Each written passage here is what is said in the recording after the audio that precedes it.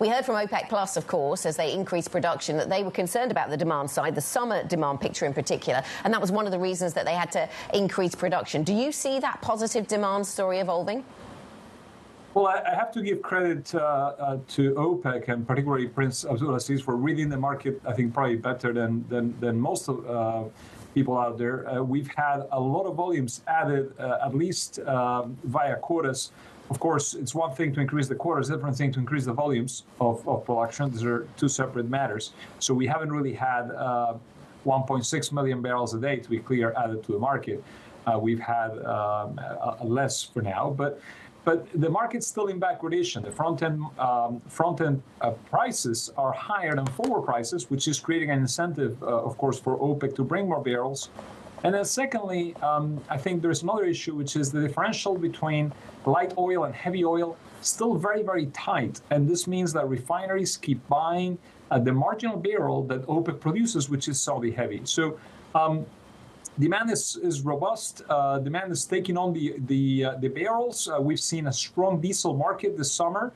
Gasoline has been holding up, maybe a little less, but also seeing strong growth. So yeah, I mean, I think it's been a good time to add those barrels, and the market hasn't struggled for the time being to absorb it. Now, having said that, we are a little more negative into the second half of the year as we get closer to the shoulder season. Well, Francisco, there's a question about where shale players come into this as well. You mentioned those demand and supply dynamics.